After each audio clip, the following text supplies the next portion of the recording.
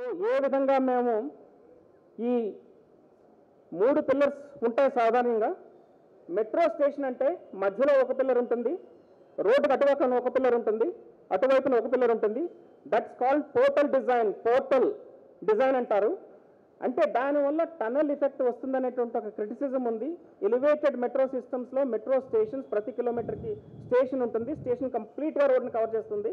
అది కొంచెం డార్క్ అయ్యే ఛాన్స్ ఉంది. మీకు ఆర్టిఫిషియల్ లైటింగ్ పెట్టుకోవాలంటే I'm proud that I have given this challenge to L&T engineers, and no other company in the country would have done this kind of a design, because the first time in the world they have come up with a single pier concept. ఒకే స్తంభం మీద మీరు చూసారు, road మధ్యలో ఒకే స్తంభాలను నిలబెట్టి పక్కన ఉన్నటువంటి పియర్స్ని చెప్తే నేను sir thousands of tons of weight is going to be there, ఇన్ని వేల టన్నుల బరువుని స్టేషన్ ఎట్లా కట్టాలి అంటే మీరు you take up you are capable of this challenge అంటే they have come up with that. Today, it's a grand success actually seeing this. Now, Sridharan says actually all of the metros actually should follow this model. Okay? So, అది కూడా ఆయన explain చేశారు ఎట్లా కట్టడం జరిగింది. ముందు spine అని చెప్పేసి 9 మీరు ఇది స్టాండర్డైజ్ చేయడం జరిగింది డిజైన్ని. ఇది 20 మీటర్ల కాంక్రీట్ స్ట్రక్చర్, అంటే 66 అడుగుల కాంక్రీట్ స్ట్రక్చర్ మెయిన్ స్ట్రక్చర్.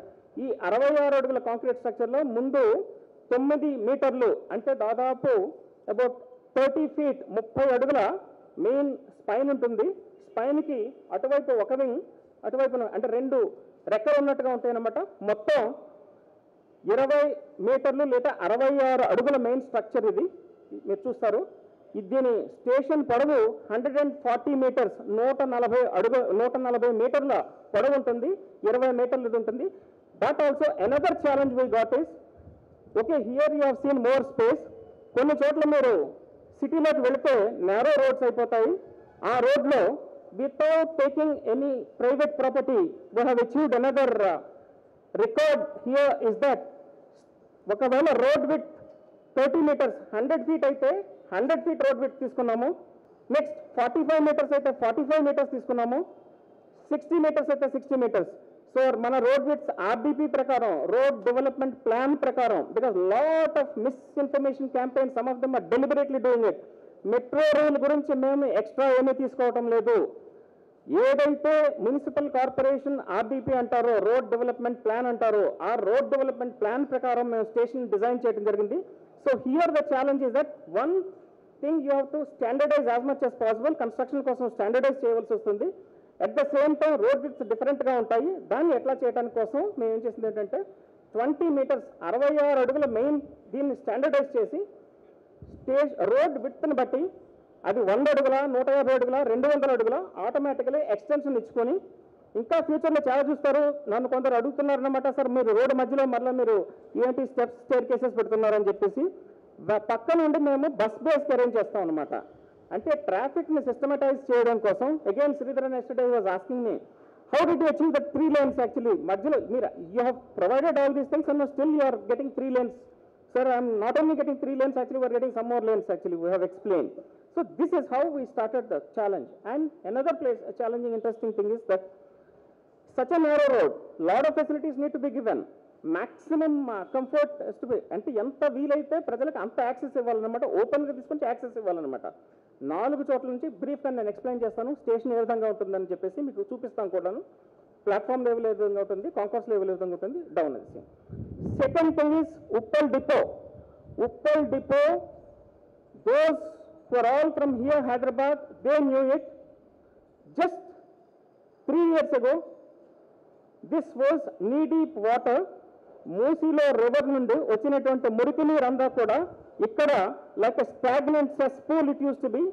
నేను ఫస్ట్ టైం వారిని తీసుకొచ్చినప్పుడు చూపిస్తారు, sir how do you expect us to build a depot here అని చెప్పడం జరిగిందనమాట.